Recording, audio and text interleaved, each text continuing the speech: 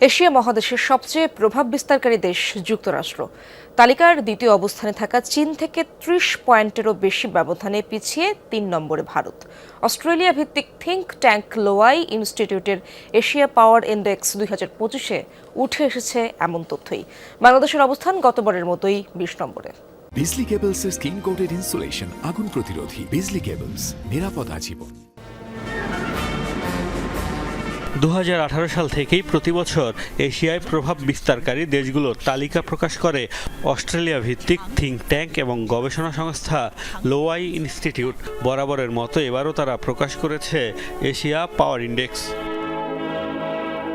মূলত ২৭টি দেশ এবং অঞ্চলের সামরিক ও অর্থনৈতিক সক্ষমতা, কূটনৈতিক প্রভাব সহ ৮ বিষয়ে ১৩১টি সূচক মূল্যায়ন করা হয়। নিজ গবেষণা এবং বিভিন্ন উৎস থেকে সংগৃহীত তথ্যকে আমলে নিয়ে পয়েন্ট দেয়া হয়। লোয়াই ইনস্টিটিউটের তথ্যমতে বরাবরের মতো শীর্ষে যুক্তরাষ্ট্র। দেশটির পয়েন্ট ৮০.৪। যদিও এবার তাদের পয়েন্ট নিজেদের অতীত রেকর্ডের তুলনায় সর্বনিম্ন পর্যায়ে নেমে এসেছে। পরের অবস্থানে থাকা চীনের সাথেও তাদের ব্যবধান ২০২০ সালের পর সবচেয়ে কম। ৭০ পয়েন্টের বেশি থাকায় এই দুই দেশকে চিহ্নিত করা হয়েছে সুপার পাওয়ার হিসেবে।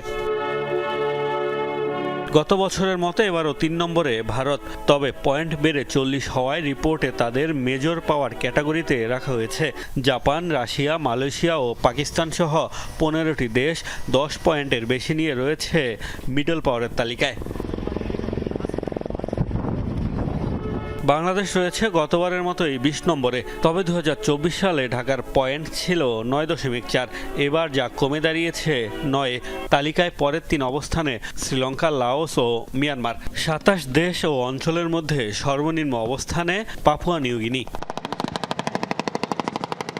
২০২৪ সালের তুলনায় এবছর সবচেয়ে বেশি বেড়েছে উত্তর কোরিয়া, ভিয়েতনাম ও চীনের পয়েন্ট। সবচেয়ে কমেছে যুক্তরাষ্ট্রের। পয়েন্ট কমার তালিকায় পরের ২ অবস্থানে বাংলাদেশ ও তাইওয়ান। মোস্তফা মাহমুদ, যমুনা নিউজ।